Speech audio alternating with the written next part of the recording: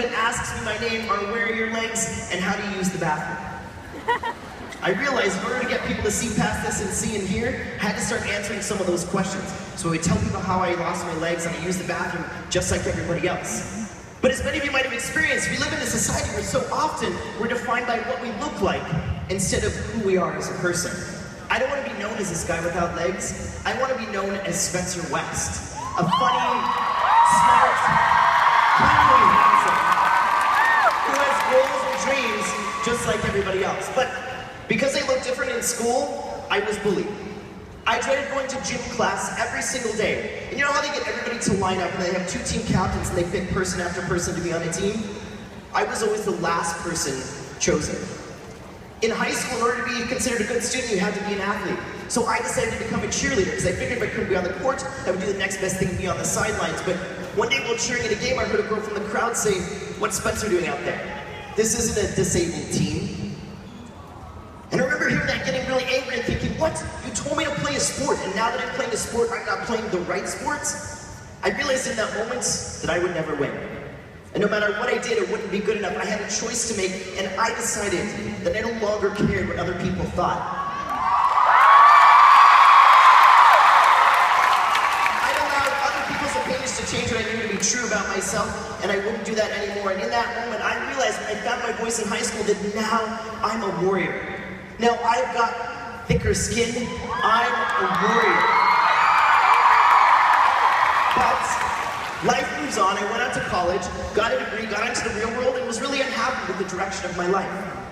And a few years ago, a friend of mine called and invited me to go on a volunteer trip with Me to We to help build a school in Kenya for a charity called Free the Children. I told my friend, he was like, what? I said, remember, standing on my hands, I'm 2'7" tall. I'm pretty sure that's a snack to half the animals in Kenya.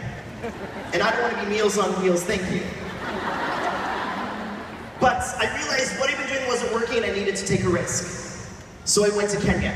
And that's where I learned about the Me to We movement. It was a family of organizations, Me to We, Free the Children, and We Day. It was started by a 12-year-old boy named Craig Hilberger after he read a newspaper article about a child labor who was sold into child slavery, was eventually freed, and then was murdered for speaking out.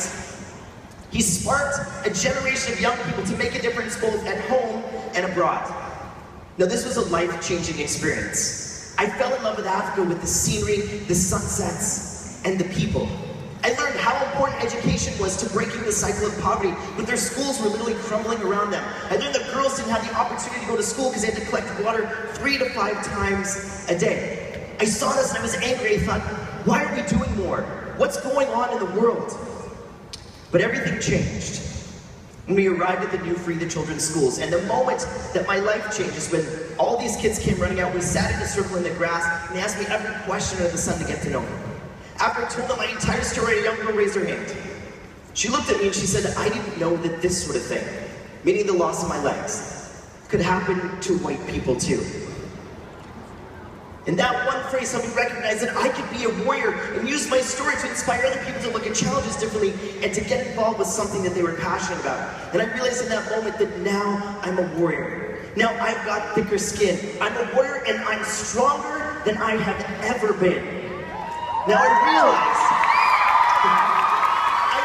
when I came back that I had to do something. These people have become my friends and my family, and I owed it to them. I needed to be a warrior for myself and for them. So I joined the Me to We movement as an ambassador for social change. I traveled around the world speaking out. I hosted volunteer trips to places like Africa, Latin America, and Asia, and I've met some incredible people. More importantly, I've met some incredible warriors. Now, as many of you know, somebody very special had her 21st birthday last summer. The distinct honor of hosting Demi in East Africa. And from the moment that she arrived in Kenya, it was as if she'd lived there her entire life.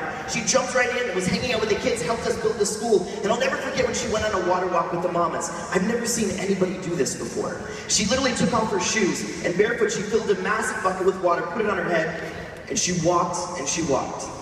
I want to take you to that moment in Kenya now with Demi and the mamas.